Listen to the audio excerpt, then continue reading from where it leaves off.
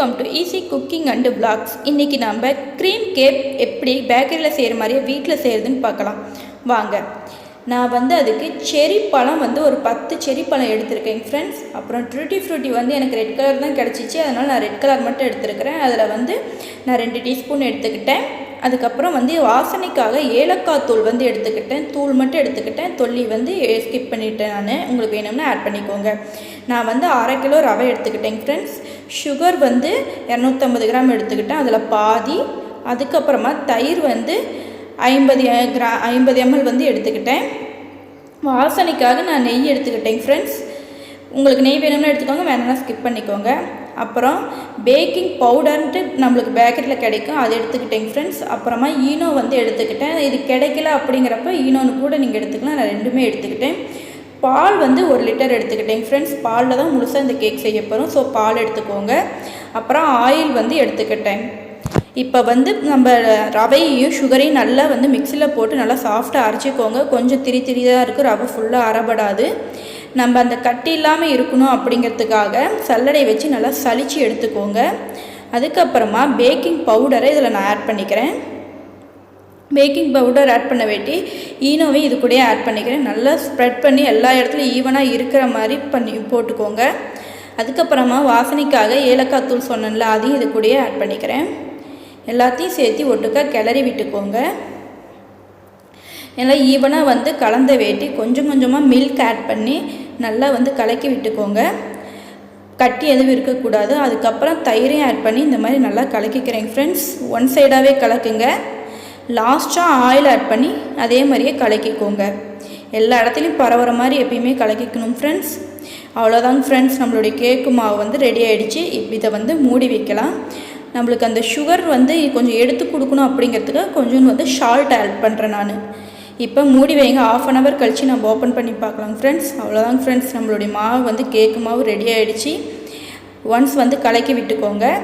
அப்புறம் குக்கரில் நான் முன்னே செஞ்ச கேக் உப்பு இருந்துச்சு, அதை போட்டுக்கிட்டேன். அப்புறம் இந்த மாதிரி வளையும் இல்லைனா பிளேட் ஏதோ ஒன்று கமுத்தி போட்டுக்கோங்க.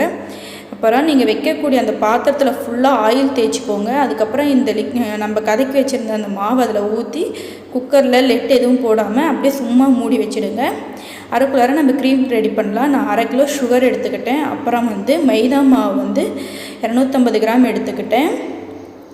பால் நான் 250 மில்லி எடுத்துக்கிட்டேன் ஃப்ரெண்ட்ஸ். ஃபுல்லாக பாலில் தான் செய்ய போகிறோம். இப்போ ஒரு பாத்திரத்தில் பாலை ஊற்றிக்கோங்க. பாலை ஊற்றின வேற்றி சுகரை நல்லா மிக்சியில் அரைச்சி எடுத்துக்கோங்க. அதை இது கூட ஆட் பண்ணிக்கோங்க. பாலில் நல்லா கலந்து விட்டுக்கோங்க ஃப்ரெண்ட்ஸ். இந்த மாதிரி தண்ணி பதத்துக்கு வரணும் அந்த சுகர். அதுக்கப்புறமா நான் அந்த மைதா மாவு சொல்லியிருந்தேன்ல, அதை அந்த பால்லையே சேர்த்து நல்லா முன்னே கலக்கி வச்சுக்கிட்டேன். அப்படியே போட்டோம்னா கட்டிடுங்கனால முன்னே கலக்கி வச்சுக்கிட்டேன். அதை கொஞ்சம் கொஞ்சமாக ஆட் பண்ணி இந்த மாதிரி நல்லா கையிலே கிளறி விட்டுக்கோங்க.